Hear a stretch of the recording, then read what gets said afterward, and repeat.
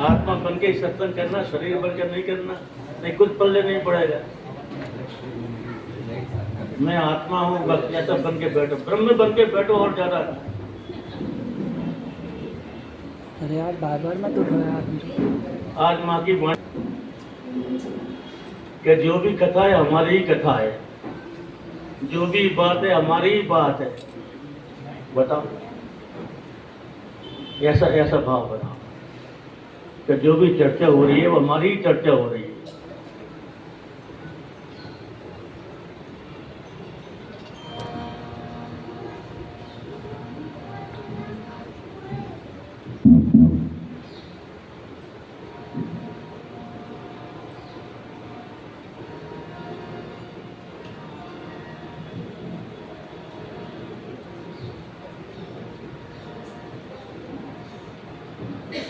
आज तुमको पूजा के रहस्य बताएं। एक बात, सत्संग शुरू करेंगे बाद में। माँ से किसी ने प्रश्न किया पूजा कब तक करनी होगी, हमें पूजा कब तक करनी पड़ेगी? तो माँ कहती हैं पूज्य पुजारी और पूजा जब एक हो जाए तब तक। पूजक पुजारी, पुजारी पूज्य और पूजा जब एक हो जाए। तुमको जब ऐसा लगने लगे कि हम अपनी पूजा कर रहे हैं, किसी दूसरे की नहीं कर रहे, और जिन उपचारों से पूजा करते हैं वो उपचार भी हम ही हैं, ऐसी फीलिंग आनी चाहिए अपने साथ। तब समझो कि पूजा फलदायक हुई तुम्हारी, पूजा करना तुम्हारा सार्थक हुआ। जब अपने आप भीतर से तुमको ऐसा आने लगे कि हमारी पूजा किसी और की पूजा नहीं है, कितनी बड़ी आनंद आ जाएगा। ये है तो माँ की वाणी रोज पढ़ा करो, नियम ना लो, उसके बिना भोजन नहीं करना जब तक रोज है जी।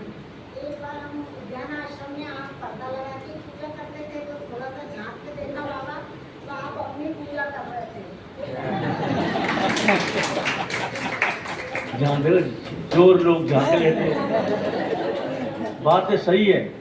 ऐसा हमको कई बार हुआ, माँ की पूजा कर रहे हैं, पूजा की थाली सजी हुई रखी है, और अचानक पता नहीं कैसा भावेश हुआ, वो थाली हमने अपने ऊपर ही उड़ेल ली अपने आप। मतलब ऐसा नहीं सोच के किया हो, ऐसा एक भाव आ गया कि जैसे बस क्या कहें, ऐसा ऐसा कई बार होता है। ये एकता हो जाती है पूजा में, जब भाव आता है ना तो एकता हो जाती है, तो फिर दूसरा तो कुछ रहते ही नहीं, अपनी पूजा हो जाती है।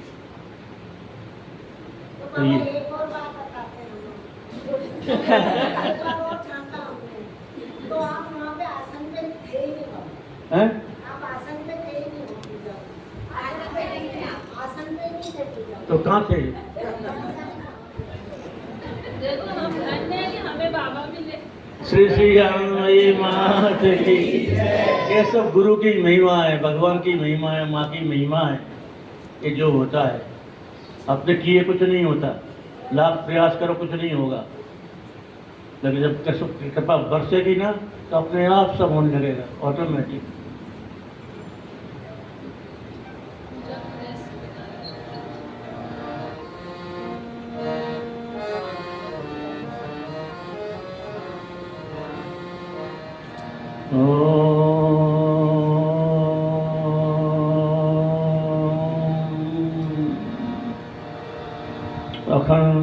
अखण्डमण्डलाकारं व्याप्तमेन चराचरं तत्पदं दर्शितं येन तस्मै श्रीगुरुवे नमः। न गुरोरधिकं तत्त्वं, न गुरोरधिकं तत्त्वं, न गुरोरधिकं तत्त्वं। शिव शासनता, शिव शासनता, शिव शासन। गुरु गीता में श्लोक आता है कि शिव जी का आदेश है, उनका उपदेश है, उनकी आज्ञा है कि गुरु से बढ़कर कोई तत्व नहीं है। सबसे बड़ा तत्व है गुरु तत्व, इसलिए गुरु की पहले स्तुति की जाती है। ऐसा कोई महात्मा नहीं होगा जो पहले गुरु की स्तुति ना करता हो, क्योंकि उसने गुरु की महिमा को पहचाना है। और गुरु की महिमा की पहचान शरणागति से होती है, बिना शरणागति के नहीं होती। और गुरु की पहचान में सबसे बड़ी बाधा है मनुष्य दृष्टि। यदि गुरु में हमारी मनुष्य दृष्टि हो गई तो दोष ही दिखेंगे, पक्की बात है। तो भगवान से प्रार्थना करो कि हमारी उसमें मनुष्य दृष्टि ना हो, भगवत दृष्टि बनी रहे। बस जितनी जितनी भगवत दृष्टि होगी उतना उतना हम आगे बढ़ेंगे इस लाइन में। क्या बोल रहे अपने? गुरुर्ब्रह्मा गुरुर्विष्णु गुरुर्देवो महेश्वर गुरु साक्षात् परम ब्रह्म तस्मै श्री गुरुवे नमः। ध्यान मूलम गुरुमूर्ति पूजा मूलम गुरोर्पदम मंत्र मूलम गुरोर्वाक्यम मोक्ष मूलम गुरो कृपा मोक्ष मूलम गुरु कृपा। पुजारी पर्दा लगाता है, पुजारी पर्दा हटाता है मंदिर में। तुम हटा सकते हो? नहीं, जिसने लगाया वही हटाएगा। भवताप प्रणाशिन्यै आनंद घन मूर्तये ज्ञान भक्ति प्रदायिन्यै मातस्तुभ्यं नमो नमः मातस्तुभ्यं नमो नमः। श्री श्री आनंदमयी मात की जय। सद्गुरुदेव भगवान की जय। हमको दोनों ने पकड़ रखा है, यहाँ से माने यहाँ से गुरु माता। कैसे भागे हमारे।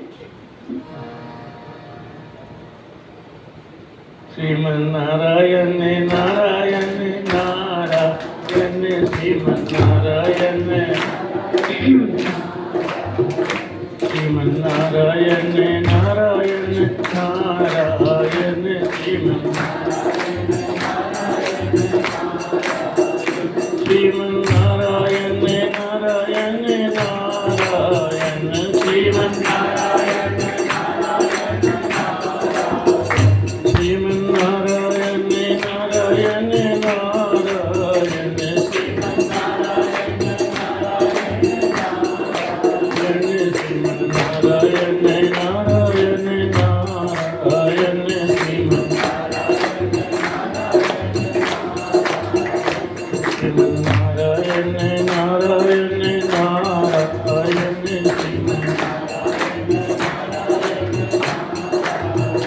श्रीमन्नारायण नारायण नारायण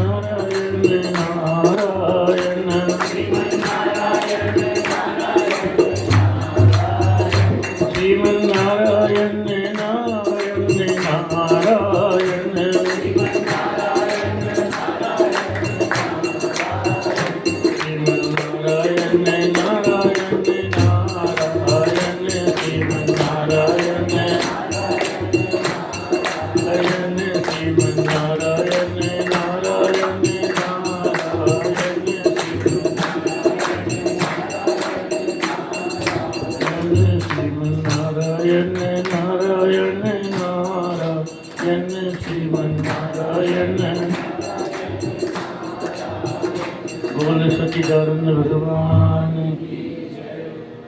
आज गुरु पूर्णिमा, गुरु के ज्ञान का, पूर्णिमा का चंद्रमा, पूर्ण ज्ञान का प्रकाश, पूर्ण ज्ञान का प्रकाश। पूर्ण ज्ञान किसे कहते हैं?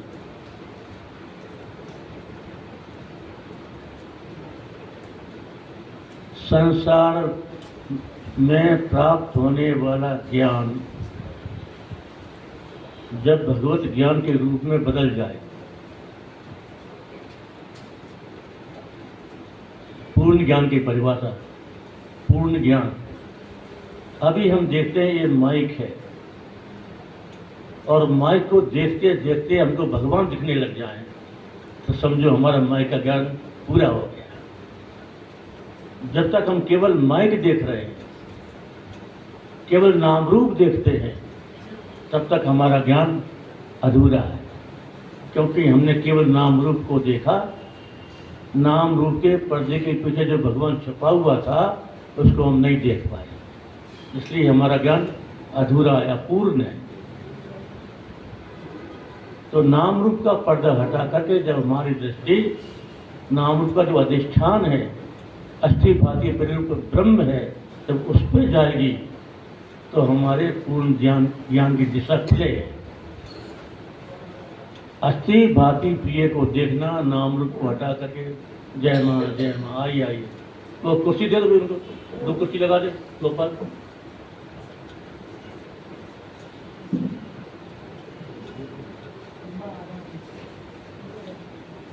हमारे वेदांत की पारंपरिक शिक्षा ये है, और हमने भी तुमको बताई है, और वेदांत के जितने प्रकरण ग्रंथ हैं सब इस बात को बोलते हैं कि इस सृष्टि की रचना 5 तत्वों से हुई है। अस्थि भाति प्रिय नाम और रूप, 5। इसमें नाम और रूप माया के हैं, और अस्थि भाति प्रिय ये ब्रह्म का स्वरूप है। ये वेदांत के जितने छात्र हैं सब इसको जानते हैं।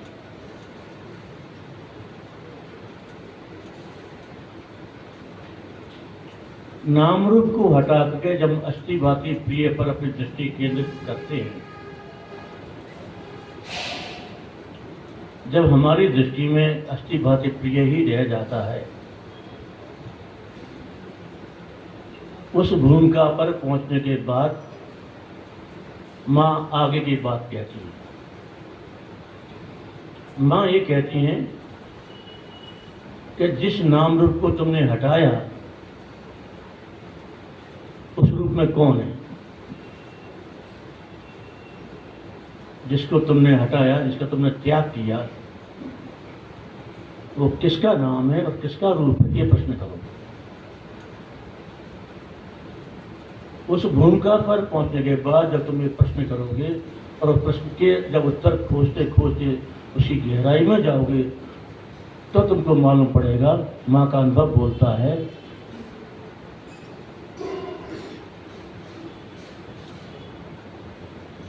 कि ये उसी का नाम है, उसी का रूप है।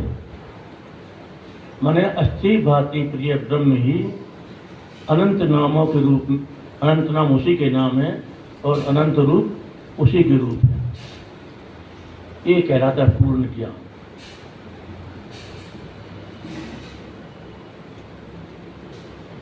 जिसको खोया, माँ की वाणी, माँ के शब्द, जिसको खोया उसको फिर पाना, ये है पूर्ण ज्ञान। सर्वम खल्विदम ब्रह्म। पहले अहम ब्रह्म, पहले खुद को ब्रह्म के रूप में पहचानो, और जब तुम खुद के रूप में अपने आप को पहचान जाओगे तो तुम्हारे अंदर वो पात्रता का आएगी, उस अधिकार का उदय होगा, जिस अधिकार के आधार पर तुम जगत को भी ब्रह्म के रूप में देख सकोगे। जब तक हम शरीर हैं हमको जगत यही दिखेगा।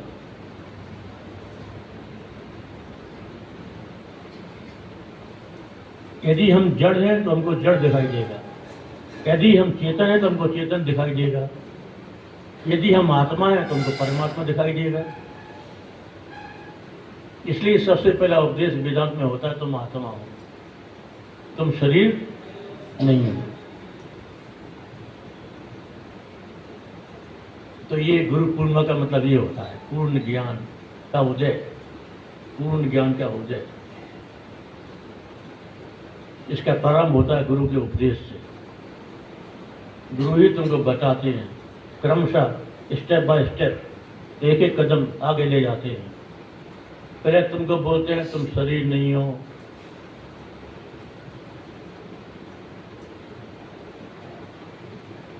जड़ चेतन का विवेक कराते हैं, नित्यानंद का विवेक कराते हैं, सत्य असत का विवेक कराते हैं, तुम सब सुने ही हुए हो, इसलिए ज़्यादा विस्तार में नहीं जाते। शरीर असत है, आत्मा माने तुम सत हो। शरीर जड़ है, तुम चेतन हो। शरीर दुख रूप है, तुम आनंद स्वरूप हो। शरीर में बहुत्व है, तुम में एकत्व है।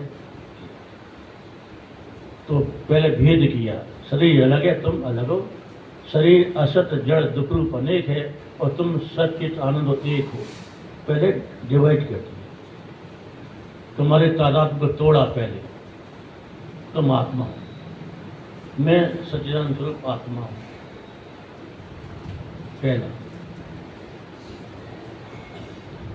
गुरु ने जब पहले शरीर से हटा के हमको आत्मरूप का बोध कराया कि मैं आत्मा हूं, उसके बाद गुरुदेव उपदेश करते हैं कि अब जगत में भी तुम देखो, जैसा यहाँ तुमने अलग किया, जगत में भी परमात्मा को अलग करो। तुम शरीर में थे, शरीर में तुम थे, लेकिन तुम अपने आप को जान नहीं पा रहे थे क्योंकि तुम शरीर से जुड़ गए थे। तो गुरु जी ने उस तादाद को तोड़ दिया और तुमको शरीर से अलग कर दिया। हो गई बात। तो इसी प्रकार से गुरु जी अब जगत में परमात्मा को दिखाते हैं कि जैसे तुमने शरीर से अपने आप को अलग किया जानने वाले के रूप में, दृष्टा साक्षी के रूप में, उसी प्रकार परमात्मा को तुम जगत से अलग करो। कैसे? उसके आधार रूप में, अधिष्ठान रूप में। संसार में नाम दिखता है, रूप दिखता है, इसके अलावा कुछ नहीं। गुण दिखते हैं, नाम रूप गुण भाव क्रिया, यही संसार है। तो गुरु जी कहते हैं कि देखो अब नाम रूप में तुम अस्थि भांति प्रिय को देखो। माइक है, माइक भाजता है, माइक प्रिय है, हर चीज में जुड़ती है बात। अस्थि भांति प्रिय ये हर एक नाम रूप में जुड़ता है। कोई भी नाम ले लो तुम। तो नाम रूप हटा करके अस्थि भांति प्रिय में दृष्टि को केंद्रित करना, ये परमात्मा को जगत से अलग करने की प्रक्रिया। अस्थि भांति प्रिय में दृष्टि। हमारे गुरु महाराज के सिंधी भगत थे, नाम याद नहीं आ रहा, अगरबत्ती वाले, अगरबत्ती का ठेला चलाते थे। उनकी बहुत जिज्ञासा थी।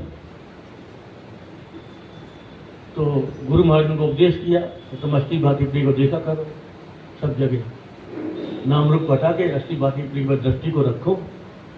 तो जिज्ञासा थी और वैराग्य था, तो उन्होंने अभ्यास शुरू किया। अब अभ्यास शुरू करते करते उनको ऐसा अभ्यास हो गया कि ठेला जा रहा है और सामने गाड़ी आ रही है, मोटर आ रही है, और उनको ध्यान ही नहीं आ रहा मुझे ये कार गाड़ी है, गाड़ी भाती, गाड़ी प्रिय है, और गाड़ी सामने टकरा जाने वाली है और उनको होश ही नहीं कि गाड़ी टकरा जाएगी।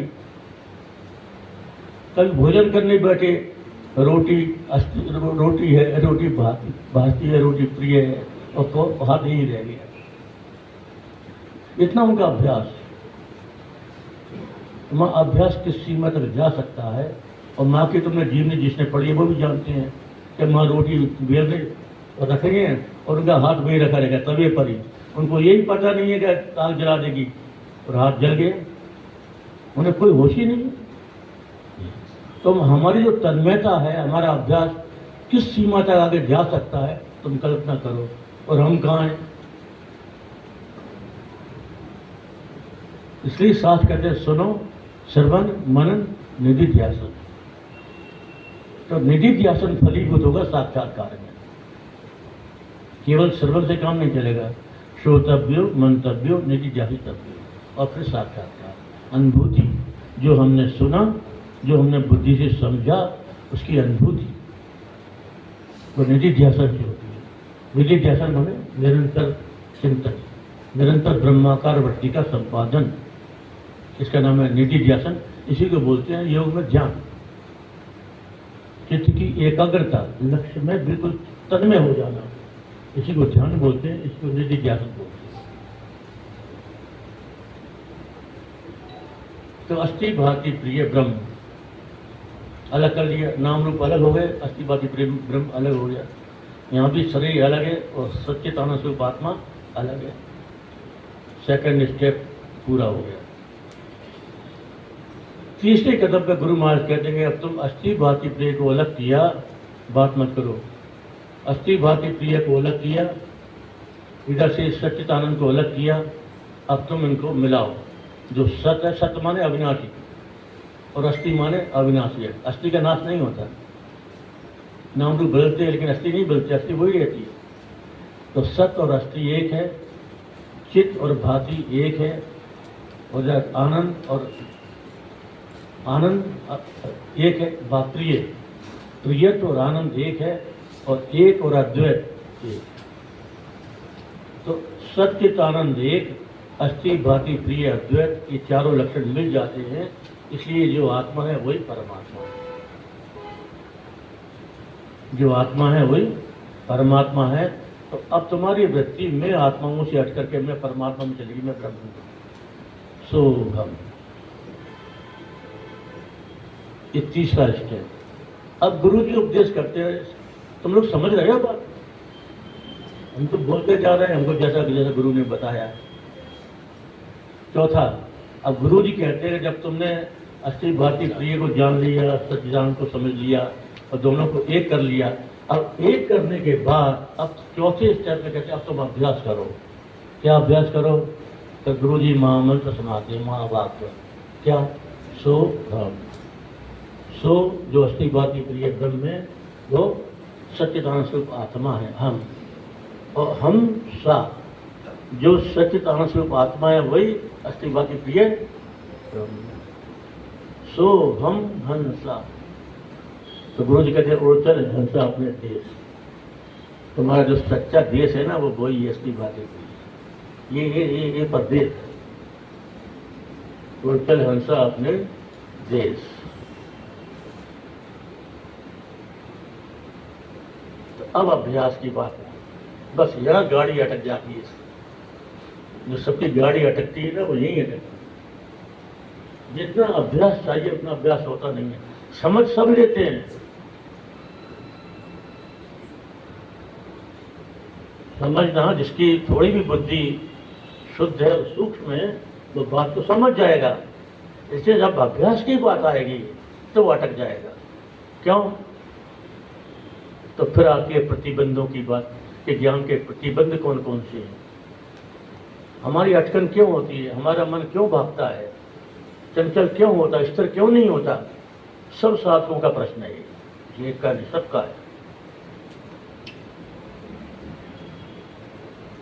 इसलिए वेदांत के अध्ययन में एक शर्त लगा दी कि जो साधन चतुष्टय संपन्न, जो साधन चतुष्टय से संपन्न है उसको वेदांत का अनुभव हो जाएगा, और नहीं तो वो समझ के रह जाएगा, उसको अनुभव नहीं होगा। तो क्या प्रतिबंध है? असाधन चतुष्टय, विवेक, दूसरा बोलो वैराग्य, तीसरा षट संपत्ति। षट संपत्ति में कौन कौन? षट माने छह प्रकार की संपत्ति कौन कौन सी? शम, दम,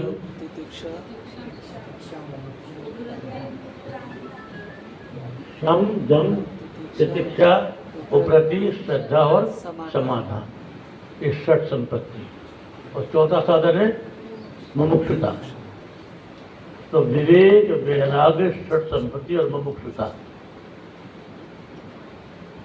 इसका अभाव है किसी भी एक चीज का तो हमको साक्षात्कार नहीं होगा, हम अटक जाएंगे। वैराग क्यों जोड़ा?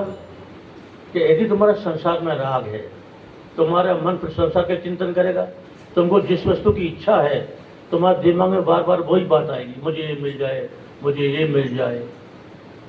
तो ब्रह्माकार वृत्ति बनेगी कैसे?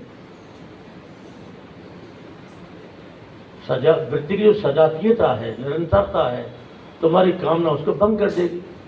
इसलिए वैराग की बात आती है। तो मतलब वैराग का संपादन करो।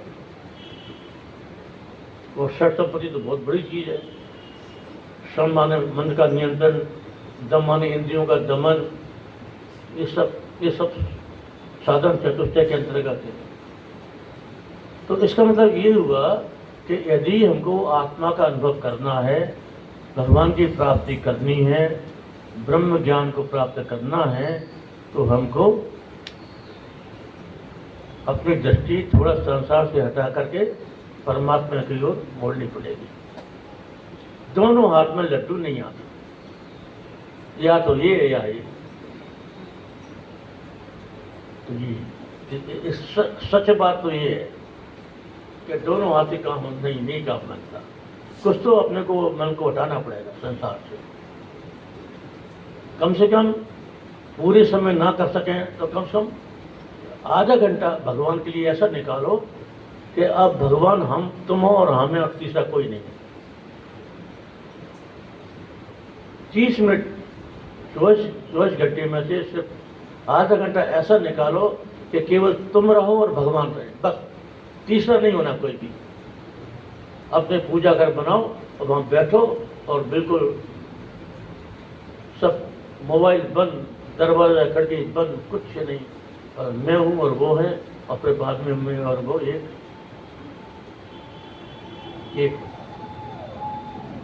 एकत्व सिद्धि के लिए केवल परमात्मा के साथ रहना जरूरी है। एकत्व सिद्धि नहीं है। तो ये अभ्यास, ये तो अभ्यास।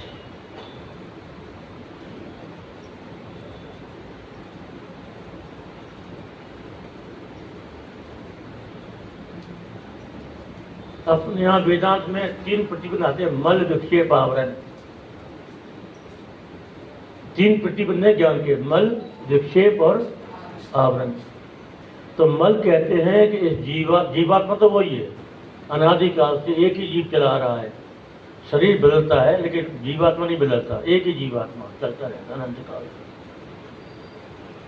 तो जीवात्मा ने पता नहीं कितने शरीर धारण किए होंगे, तो हर में जो भी उसके साथ कर्म बने, अच्छे कर्म भी हुए, बुरे कर्म भी हुए, अच्छे विचार बने, बुरे विचार आए, अच्छी भावना आई, बुरी भावना आई, तो ये क्रम चला।